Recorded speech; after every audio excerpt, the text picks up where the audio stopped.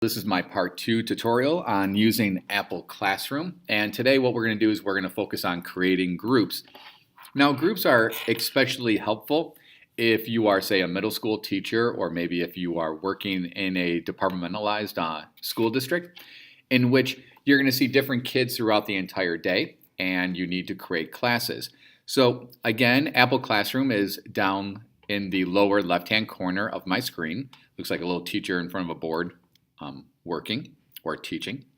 If I was to touch on it and open it, you can see along the top where it says all and then home screen, notability, other apps.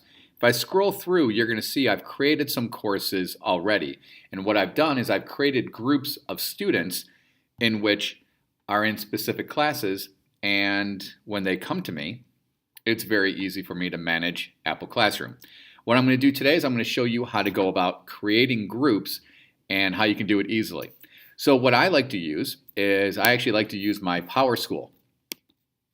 And what I do is, let me make this a little bit smaller so we can see it. But what I tend to like to do is have my PowerSchool opened, and then I can actually see my roster of students. I can see who they are, who's in my class, and I can easily group my students together. So I'm going to open up my 8th grade class, which is here, my 4A class, and I'm going to go to my first student. So I'm going to make sure that on my iPad I have the icon listed that is for all. Let me move this over a little bit. So you can see that it's listed under all, and the first student is Daisy. So I'm going to make sure I highlight Daisy, and I can see her and her S number. So I'm going to look for Daisy on my screen. These are all in alphabetical order, and I'm going to look for Daisy, and here she is, 8526. Make sure I press select first, sorry. So there's Daisy, 8526, so I'm going to make sure I press select. I'm going to go to the next student, it's Ivan. So I'm going to look for Ivan. Again, these are in alphabetical order. I'm going to make sure I have the right student by checking the S number, 5358. And I'll choose one more just to show you how to do this. I'm going to choose Julian.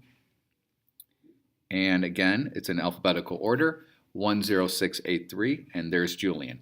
Now you can see I've grabbed 3 students. After I've gone through my entire roster and I've found all my students, I am then going to touch on group.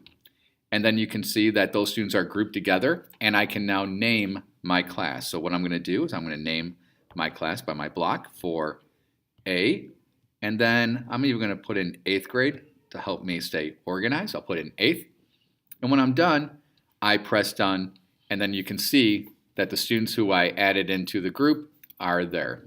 So that is how simple it is to use groups in Apple Classroom, and it comes in real handy, especially when you are, again, trying to either differentiate your classroom a little bit more, or if you are a teacher that sees different students throughout the day and you have different classrooms. Setting it up does not take long at all. I was able to set up a majority of my classrooms within 15 minutes. So that's how grouping works. I hope you find it helpful and have fun with Apple Classroom.